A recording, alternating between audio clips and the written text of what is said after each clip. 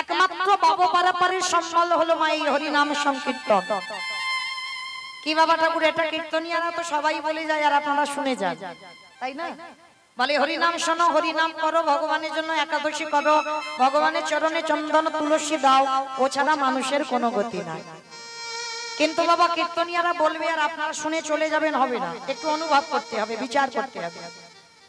এই যে কীর্তনিয়ারা বলছে হরি নাম করো, হরি নাম শোনো, হরি নাম ছাড়া পদ নাই, ভালো করে ভেবে দেখেন তো সত্যি কি হরি নাম ছাড়া গতি আছে? গতি যদি থাকতো বাবা, যে যত ধনী হোক না কেন, যার যত টাকা থাকুক না কেন, যার যত অর্থ থাকুক না কেন, কেউ যদি সারা জীবন বাবা বিদেশে কাটিয়ে দেয়, তবু কিন্তু মনে রেখো শেষের দিনে তোমার কেউ আপন নয়। যাদের আগলে বসে আছো কৃষ্ণ ভজন ভুলে যাচ্ছ, সারা দিনান্তে একবারও কৃষ্ণ বলে কাঁদতে পারছো না, এরা কিন্তু কেউ তোমার সঙ্গে যাবে না, কেউ তোমার আপন নয়। ছেলে আমারে, মেয়ে আমারে, জায়গায় আমারে, জমি আমারে, বৈভব আমারে, বিষয় আমার, ওই যতই আমারে আমারে করো না কেন, একেবারে যদি বাঁশি বেজে যায়, পড়ে থাকবে সরকারি খামা, এসেছো একা তুমি যাবে একা। কি গো, সঙ্গে যাবে শুধু তোমার ভজন সাধন, সঙ্গে যাবে তুমি কি কি জগতে ভালো ভালো কর্ম করেছো, ওই কর্মটা সঙ্গে যাবে। কদিন হরিবাসরে গিয়ে ঘুমিয়েছো, কদিন হরিবাসরে গিয়ে কেঁদেছো, কদিন ভগবানের চরণে তুলসী দিয়েছো, কদিন ভগবানের জন্য একাদশী করেছো, আর কদিন হরিবাসরে গিয়ে শুধু গন্ডগোল করে চলে এসেছে। এই কর্মগুলো সঙ্গে যাবে বাবা, আর কিছু তোমার সঙ্গে যাবে না। তবে একটা গ্যারান্টি আমি দিতে পারবো, একজন তোমার সঙ্গে হবে। যাদের জন্য তুমি কৃষ্ণ ভজন করতে পারছো না, ওরা তো কেউ যাবেই না, তোমাকে দেবে আগে বাবা, তারা যাবে সব কিছু।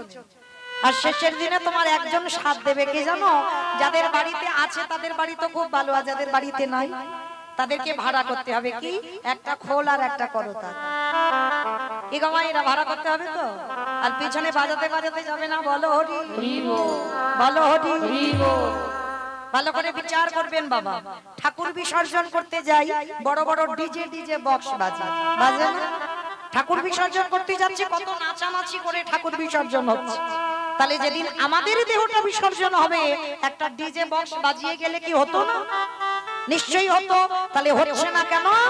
এই জায়গায় চৈতন্য মহাপ্রভু শিক্ষা দিলেন, ওরে কলির জ্ঞানম হরি, ভালো করে পিছনের দিকে তাকিয়ে দেয়। যাদের আগলে বসে রইলি, যাদের জন্য কৃষ্ণ ভজনের টাইম পেলি না, কেউ কি তোর সঙ্গে গেল? তাহলে গেল কে? এই হরি নামে যাবে। আমাদের পচা দেখো,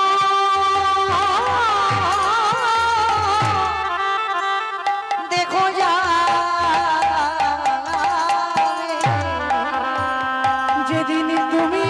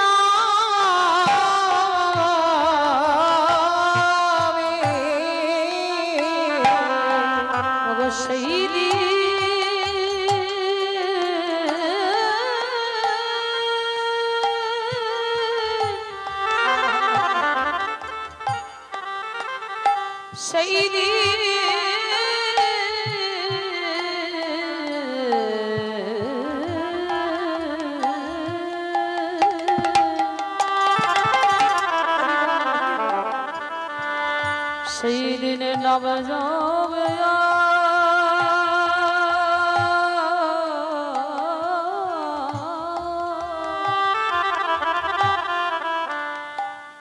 আর এই বাচ্চা দেহ ও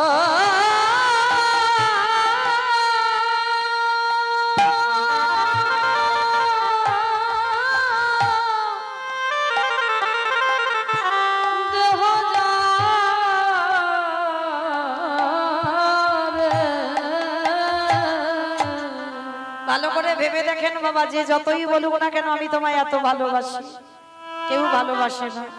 ভালো যদি বাঁচতে হয় একজনই তোমায় ভালোবাসে, যিনি হলেন বিশ্বের স্রষ্টা মালিক ভগবান। যদি বললাম কেন বললাম মা এত বড় কথা, কেউ তোমায় ভালোবাসে না, দেখবেন একদিন তোমার রান্না খারাপ হয়ে যাক, কত মুখ নাড়া শুনতে হবে, কত কথা বলবে। যদি তোমার ছেলের কথা না শোনো তো ছেলে কত কথা শুনিয়ে দেবে।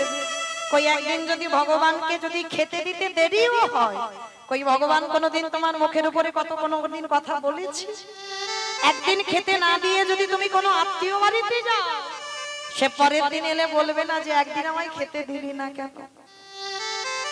ভগবান আমার ভক্তের কাছে খেতে চাই না গো, কোনোদিন বলে না আমায় রজনীগন্ধার মালা দিয়ে সাজিয়ে দাও, কোনোদিন বলেন আমাকে দামি দামি পোশাকে সাজিয়ে দাও, কোনোদিন বলেন আমাকে দামি দামি ফল মিষ্টির ডালা দাও। ভগবান ভক্তের কাছে একটা জিনিস চাই, কি জানো? ওরে কলির জ্ঞানন্ধজি, সারাদিনে চলে যাও, দিনান্তে যেন একবার আমার চরণে বসি, একেবারে যদি বলতে পারে কৃষ্ণ তোমারে গোলামে বলি, যদি একজন ভক্ত নয়ন জলে কাঁদা পানি ডাকারে মতো ডাকিতে পারি, আমার ভগবান বললেন পৃথিবীর আমি যে কোণে থাকি না কেন, ভক্ত যদি একেবারে নিরজনে কাই মনোবাক্যে ডাকি, আমি ভগবান হয়ে তারে ঘরে কি করি জানো? ও তারে ভিতরে বাহি,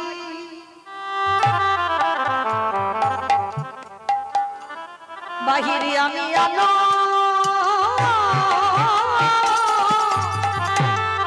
আলো যে জন ভগবান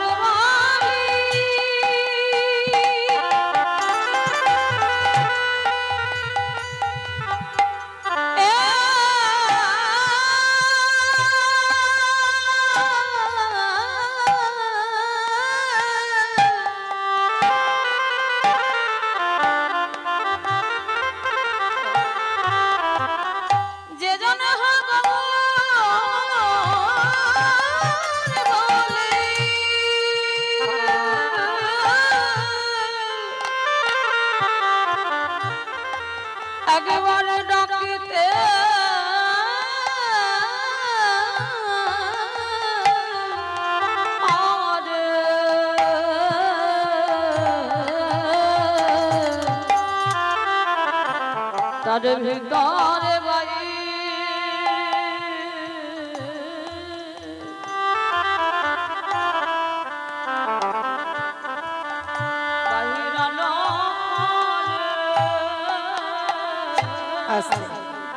বাবা ঠাকুর আমরা মনুষ্য কোলে জন্ম নিয়ে আমরা এখন ভগবানকে চিনতে পারছি না। আমরা সনাতন ধর্মের মানুষ হই, আমরা হিন্দু ধর্মের মানুষ হই, আমরা ভগবানকে চিনতে পারছি না। কিন্তু জানো যাদের পশু কোলে জন্ম, যারা অবলা, যারা কোনোদিন কৃষ্ণ বলতে পারবে না, তারা কিন্তু আমার ভগবানকে, তারা কিন্তু ঠিক আমার ভগবানকে চিনতে পেরেছে। কিন্তু আমরা মানুষ হয়ে আমরা চিনতে পারি না বাবা। এই যে আমি বলছি অবলা জীব, তারাই চিনতে পেরেছিল। কে জানো? নবদ্বীপের মাটিতে বাবা আজও যারা যারা যাবেন, যারা যারা শুনেছেন, আজও বাবা কুকুরের মহোৎসব হয়, আজও কুকুরের মহোৎসব হয়। তাহলে ভাবতে পারছেন, আমি যদি মরে যাই আমার ছেলে 5 বছর বাৎসরিক করবে বা 10 বছর করবে বাৎসরিক ক্রিয়াকর্ম, তারপরে কিন্তু নয়। কিন্তু যেমন ভগবান যদি তোমার সাথ দেয়, আজ অগ্রদ্বীপের মাটিতে গোবিন্দ ঘোষের শ্রাদ্ধ হয়, আজও নবদ্বীপের মাটিতে বাবা একটা কুকুরের মহোৎসব হয়। ভাবতে পারছেন? তাহলে যেটা মানুষ করে দেখাতে পারিনি সেটা কিন্তু কুকুরে করে দেখিয়েছে। কেন? তাহলে সেই কুকুরটা কত বড় ভক্ত ছিল। ওই কুকুরটা কে ছিল জানেন বাবা? একটু ছোট করে বলি, একটু আস্বাদন করবে।